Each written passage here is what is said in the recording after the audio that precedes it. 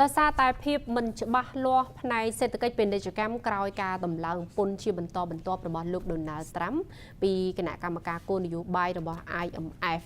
បានបញ្ជាក់អំពីហានិភ័យពាណិជ្ជកម្មចំពោះសេដ្ឋកិច្ចពិភពលោកបណ្ដាប្រទេសជាសមាជិកមូលនិធិរូបិយវត្ថុអន្តរជាតិ IMF បាននិយាយថាការកើនឡើងភាពតានតឹងពាណិជ្ជកម្មកំពុងបន្ថយកំណើននិងជំរុញឲ្យមានភាពមិនច្បាស់លាស់ព្រមទាំងហានិភ័យនៃស្ថិរភាពទីផ្សារនិងហិរញ្ញវត្ថុប៉ុន្តែបញ្ជាក់ជាថ្មីពីការបដិញ្ញាចិត្តរបស់ខ្លួនចំពោះស្ថាប័នមួយនេះថាមានសារៈសំខាន់ក្នុងការជួយប្រទេសនានាដើម្បីត្រួសត្រាយផ្លូវនៅក្នុងបរិយាកាសដ៏លំបាកនេះ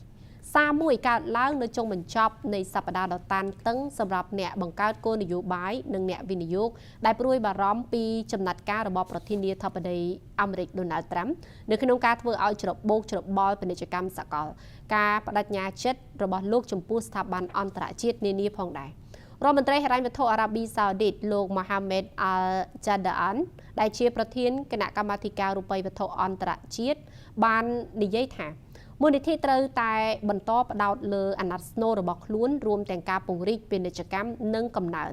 លោក Al-Jadaan បាននិយាយនៅក្នុងសន្និសីទសារព័ត៌មាននៅទីក្រុង Washington ថាការដោះស្រាយភាពងាយរងគ្រោះនៃបំណុលសកលនៅតែជាអាទិភាពសម្រាប់សមាជិករបស់យើងជាពិសេសសម្រាប់ប្រទេសដែលមានប្រាក់ចំណូលទាបនិងងាយរងគ្រោះនាយកគ្រប់គ្រង IMF លោកស្រី Kristalina Georgieva បានទទួលស្គាល់ថាការជំរុញនៃការផ្ទុះឡើងស្ថានភាពភូមិសាស្ត្រនយោបាយនាពេលបច្ចុប្បន្នពិសេសការជំរុញរបស់លោកត្រាំក្នុងការរៀបចំពាណិជ្ជកម្មពិភពលោកឡើងវិញជាមួយនឹងរបាំងដំឡើងពន្ធបានបង្វែរការយកចិត្តទុកដាក់ពីការពិភាក្សាអំពីបញ្ហាប្រឈមសំខាន់ៗនានារួមទាំងបញ្ញាសិប្បនិម្មិត